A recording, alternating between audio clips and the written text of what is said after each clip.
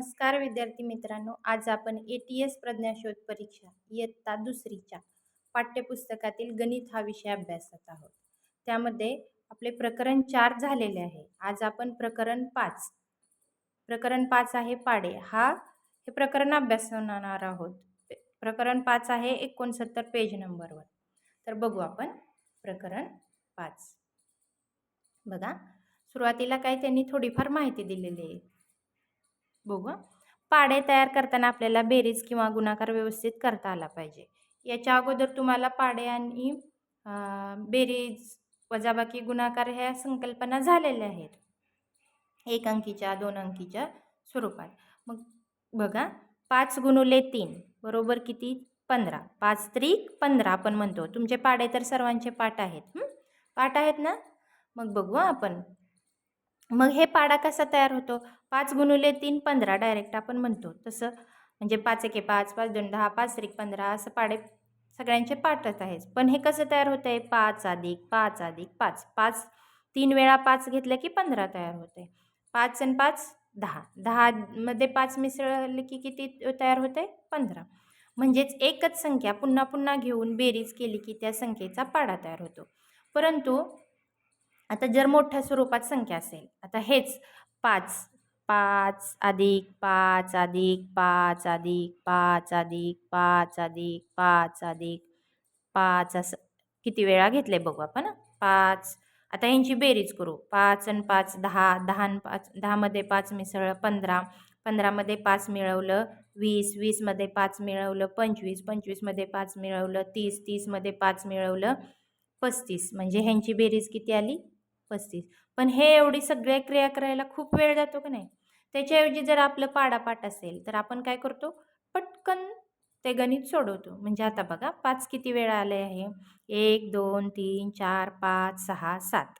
काय आहे? 5. 5 किती वेळा आलं आहे? 7 वेळा. मग 5 7 35. म्हणजे हे जे आपण बेरीज करायला वेळ लागते तीच गुणाकार केला तर ती क्रिया पटकन सुटते. म्हणून पाढे सर्वांचे व्यवस्थित 30 पर्यंत पाठ असणे गरजेचे आहे.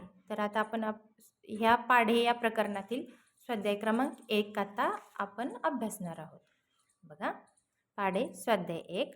त्यामध्ये प्रश्न पहिला आहे. 4 गुणिले 5 रिकाम्या चौकटीत योग्य संख्या पर्यायातून शोधा.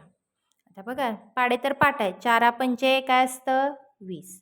मग काय येणार पर्याय? 54 येणार का? नाही.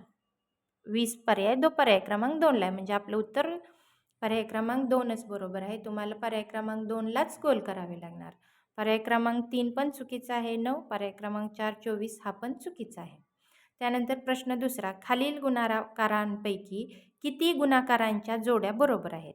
पाढेपाठ आहेत ना सगळ्यांचे? मग आपण बघूया. 5 9 45 हे बरोबर आहे. 8 दोन्ही 16 असतं. इथं किती? 18. म्हणजे हे चुकीचं आहे. 3 8 24 हे पण बरोबर आहे. 6 6 36 हे पण बरोबर आहे. 7 9 63 असते. इथं 62 आहे. म्हणजे हे चुकीचं आहे. 6 7 42 हे पण बरोबर आहे. मग किती जोड्या बरोबर आल्या बघू आपण. 1 2 3 4. 4 जोड्या बरोबर आल्या. म्हणजे पर्याय क्रमांक एकच नंबरला 4 पर्याय उत्तर आहे. म्हणजे पर्याय क्रमांक 1च बरोबर आहे. इतर पर्याय क्रमांक 3 2 1 हे चुकीचे पर्याय आहेत. त्यानंतर 10 गुणिले 10 बरोबर किती? माहीत आहे. 10 10 100. मग 10 10 काय होतं? 100. 2 वेळा 10 येईल का आन्सर? नाही. 90 येईल का? 10 10 90 येईल का? 10 9 90. 10 येईल का? नाही.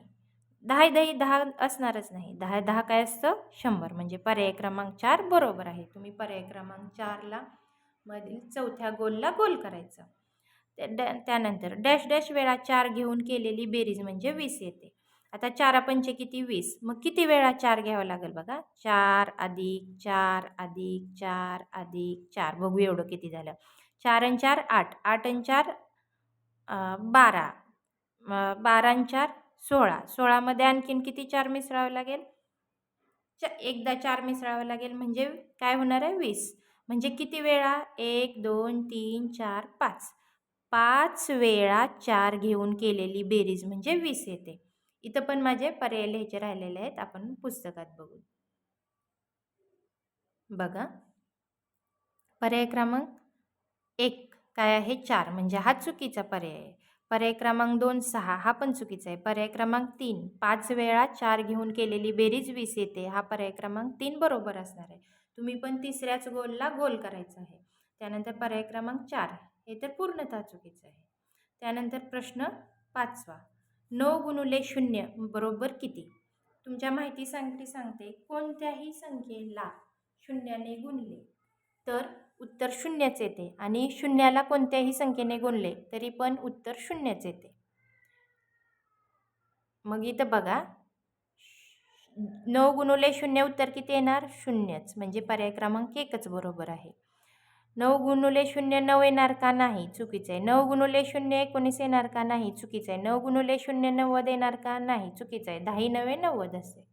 तर अशा प्रकारे ATS प्रज्ञाशोध परीक्षा इयत्ता दुसरीच्या पुस्तकातील प्रकरण 5 पाढे या पाठातील प्रकरणातील स्वाध्याय क्रमांक 1 आपला आज संपलेला आहे.